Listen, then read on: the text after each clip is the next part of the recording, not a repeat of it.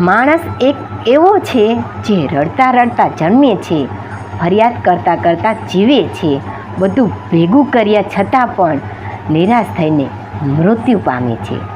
સાવ સાચી વાત ને. નવું નવું તો બધું જ સારું હોય છે, પરંતુ સાચી ખબર તો જૂનું થાય ને ત્યારે જ ખબર પડે છે. પછી વસ્તુ હોય કે વ્યક્તિ. સાચી વાત ને. માણસને જીભનું તાળું ખુલે ને ત્યારે જ ખબર પડે છે કે દુકાન ઝવેરાતની છે કે કોલસાની. સાચું ને.